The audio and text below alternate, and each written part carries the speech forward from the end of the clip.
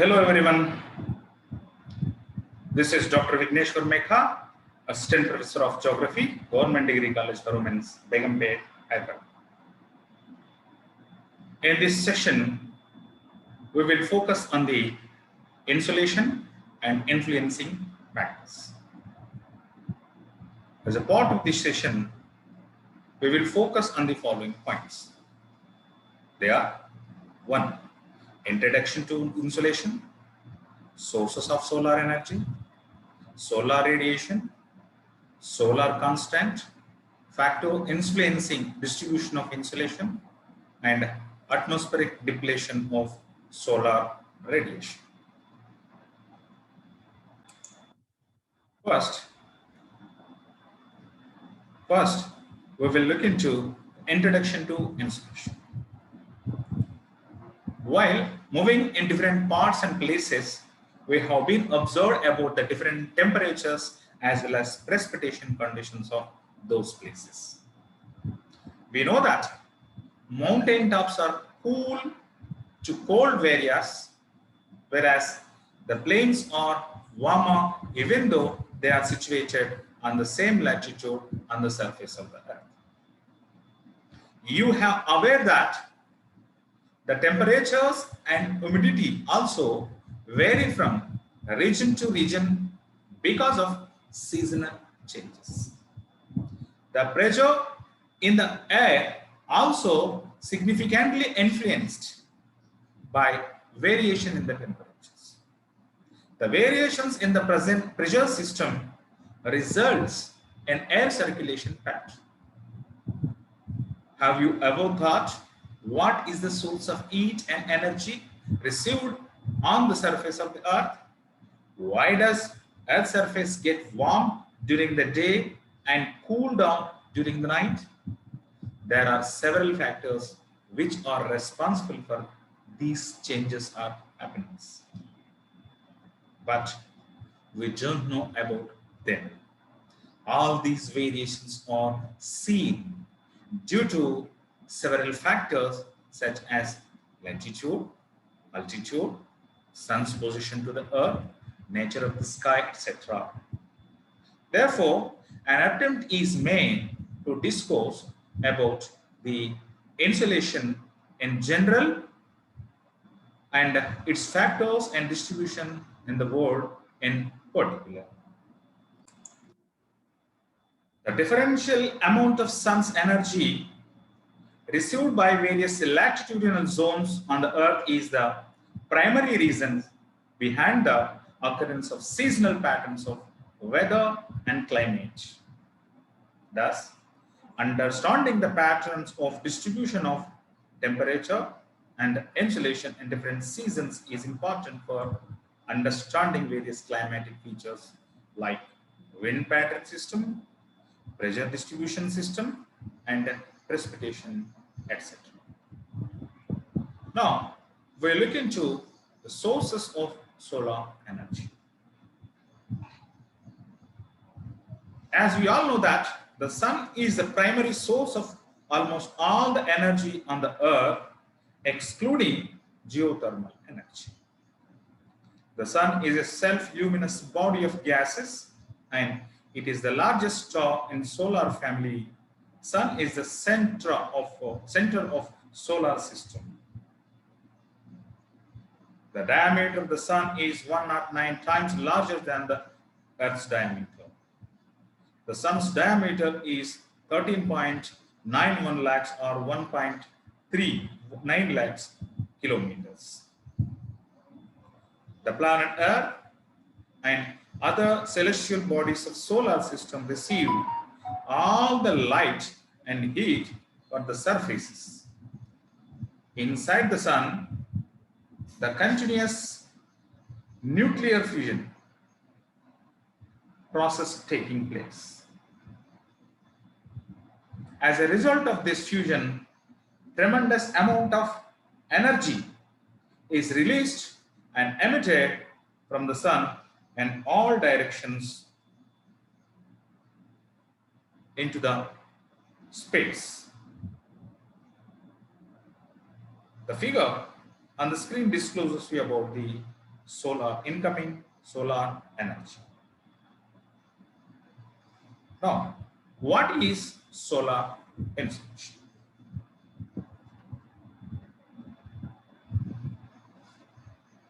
The upper level atmosphere of the Earth's surface receives only a part of this radiant energy, that is only 2 billion billions or 2 units of energy out of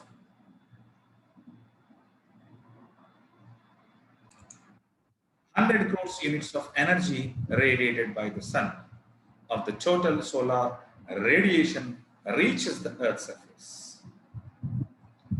Nevertheless, even this small amount of radiation affects the biological and physical characteristics of Earth's surface. The energy is emitted by the sun in the form of electromagnetic energy, travels at the speed of light, that is 3 lakhs kilometers per second, in a spectrum of varying wavelengths. The average distance between the sun and the earth is about 149.6 million kilometers, and it takes about 8.3 minutes of time for light waves to reach onto the Earth's surface. The energy received by the Earth's surface in the form of short waves is termed as incoming solar radiation or the insolation. The term insolation is a contraction of incoming solar radiation. It comprises of a bundle of rays of radiant energy of different wavelengths.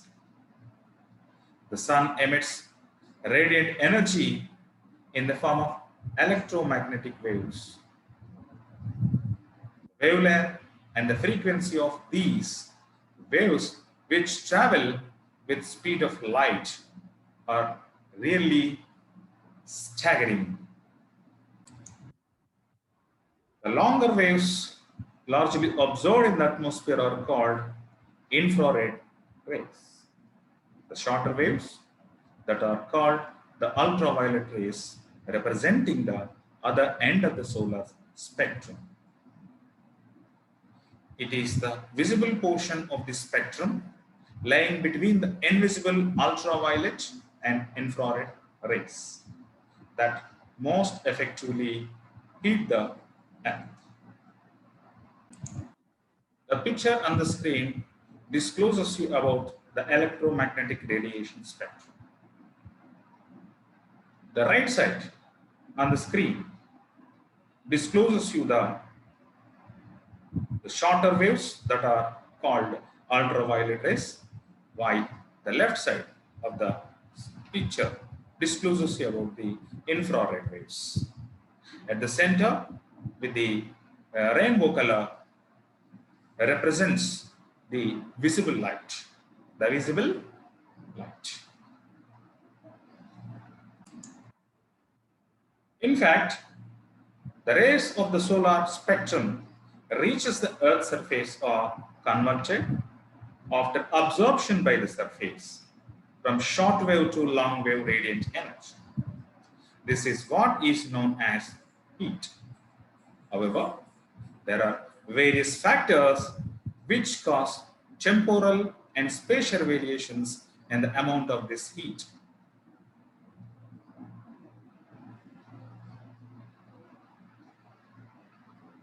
Various processes of weather and climate are fueled by the energy gained by the Earth's surface and its atmosphere.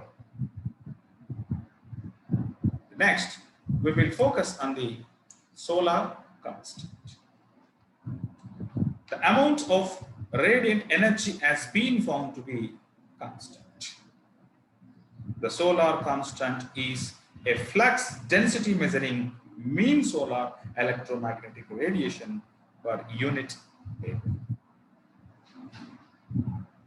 The solar constant includes all types of solar radiation, not just the the visible light. There is a little variation in the quantum of solar energy received at the outer margin of outer atmosphere. A fact verified by observations made at various places on different associations. The standard value of solar constant is 1.94 grams square calories per square centimeter per minute, and it can be considered as a round figure of 2 grams calories per square centimeter per minute.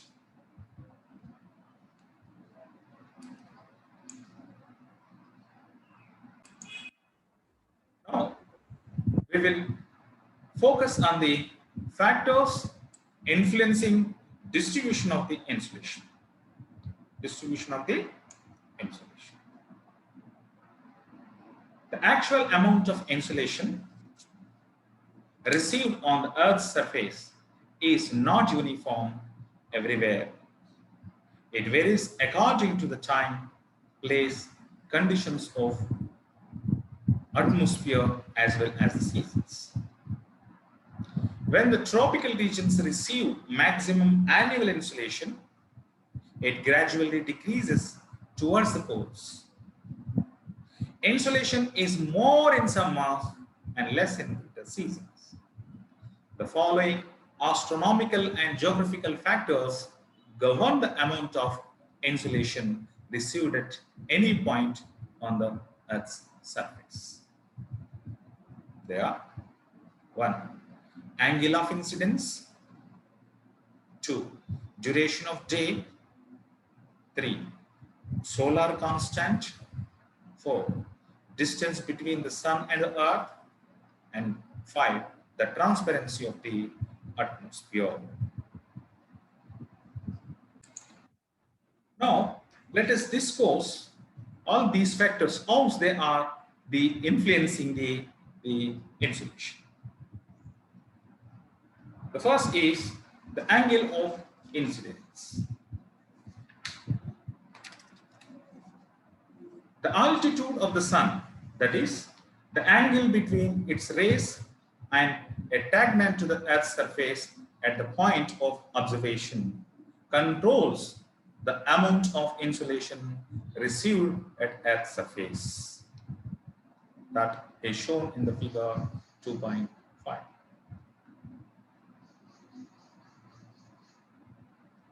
As the elevation angle decreases, the area over which the radiation is distributed increases. The vertical rays of the sun eat the minimum possible area, but on the contrary, the oblique rays are spread over a relatively larger area, so that the amount of area over which the available solar energy has to be distributed and increased, and the energy per unit area on the Earth's surface is decreased. In addition, the oblique rays have to traverse a longer distance through the atmosphere before they strike the surface of the Earth. The longer their path, the larger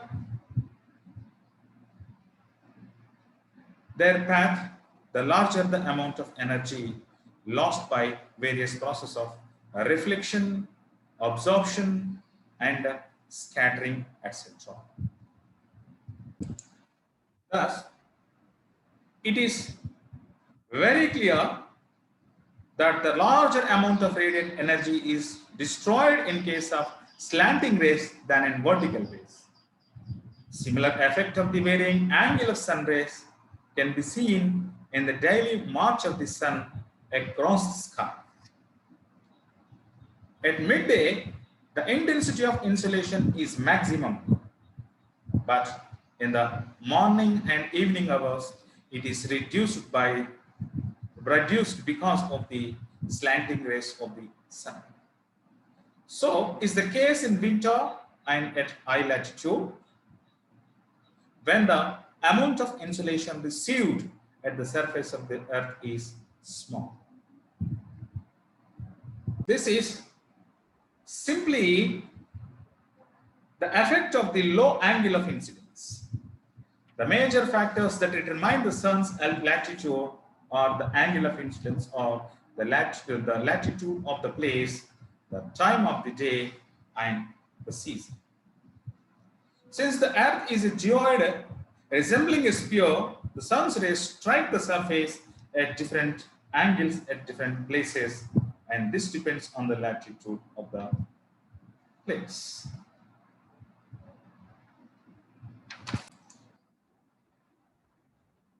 Second is duration of the day.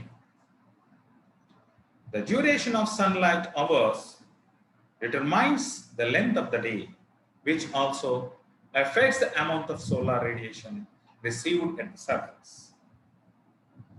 Undoubtedly, the longer period of sunshine ensures larger supply of radiation, which a particular area of the earth will receive. Obviously, the latitude exercises the most dominant control over the duration of sunshine and thereby the length of the day.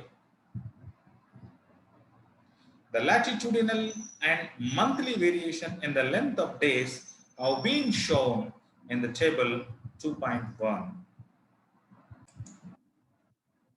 The inclination of the Earth's axis, its parallelism, the Earth's rotation and the revolution, all these factors combine together to bring about seasonal changes. It is to be remembered that these astronomical factors not only cause the differences in the latitude of the sun, but also differences in the length of day from the equator to pole. At the equator, the length of the days and nights is 12 hours, that is equal. On autumnal and vernal equinoxes that occur on September 21st and March 21st respectively, the midday sun is overhead at the equator. On these days, all over the earth, the days and nights are equal. On these 2 days, the maximum amount of insolation is received at the equator, and the amount goes on decreasing towards the poles. But from the winter solstice, that is December 22nd onward, the length of the day increases in the northern hemisphere till the summer solstice, that is June 21st. On the contrary, during this period, the length of the day in the southern hemisphere decreases and the nights are long.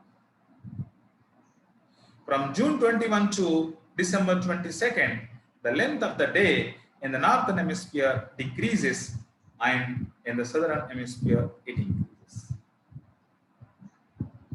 In other words, at summer solstice, the northern hemisphere has the longest day and the shortest night. The table on the screen discloses you the day and night times at the equinoxes.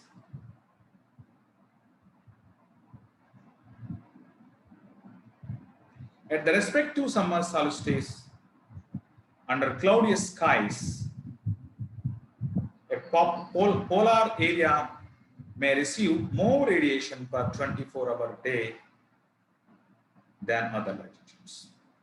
It may be pointed out that because of the albedo of ice and snow surfaces, the net radiation used for heating is largely reduced.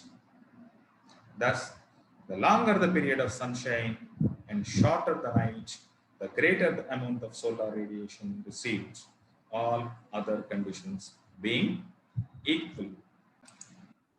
Third is the solar constant. As the energy emitted by the sun varies, the amount of insolation received at the surface alone also changes. but the percentage of change in the solar constant is rather negligible. The variation in the solar constant are caused by the periodic disturbances and explosions in the solar surface. The sunspot studies that have been carried so far establish that when the sunspots appear in the larger numbers, the intensity of the solar radiation received at the surface is increased naturally. Therefore, the intensity of the solar radiation received at the surface is increased naturally. Therefore, as the number of sunspots decreases, the quantity of radiation received at the Earth's surface declines.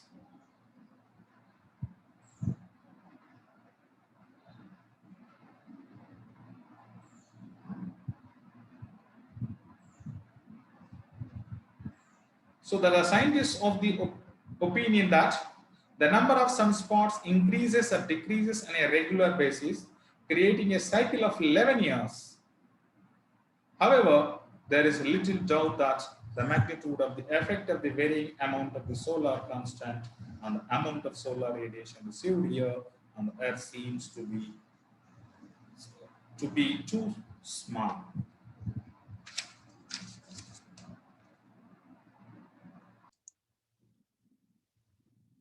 The fourth factor is distance between the Sun and the Earth. Since the Earth revolves around the Sun in an elliptical orbit, the distance varies during the course of the year. The main distance between the Earth and the Sun is about 149 million kilometers. Each year, on about January 3rd, the Earth comes closer to the Sun. That is the distance 147 million kilometers. This position is known as perihelion. On about July 4th, Earth is little further from the Sun when the distance becomes about 152 million kilometers. And this position is termed as aphelion. Although the amount of incoming solar radiation received at the outer boundary of the atmosphere is a little greater, that is 7% in January than in July.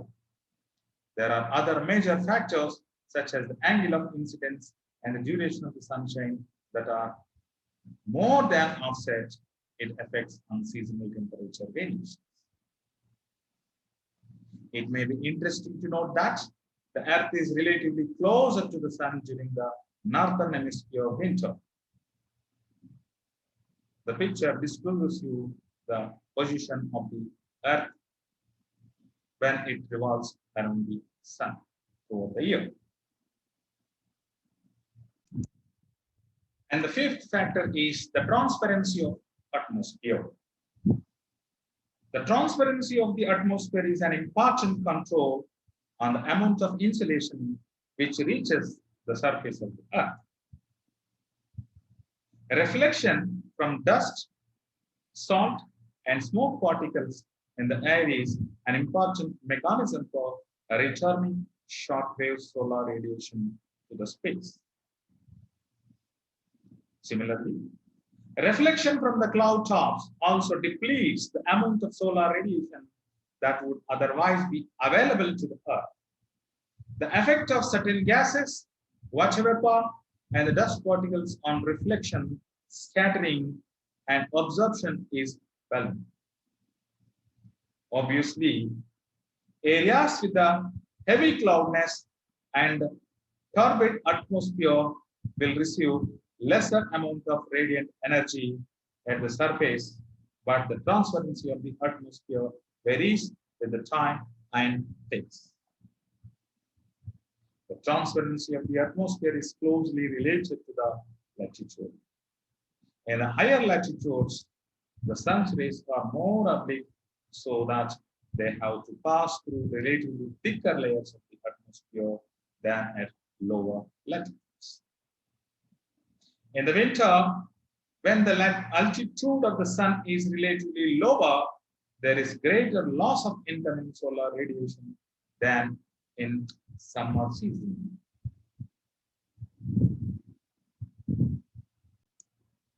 Therefore, atmospheric depletion plays a very significant role in the receipt of solar radiation at Earth's surface. And we will focus on this depletion in the next session.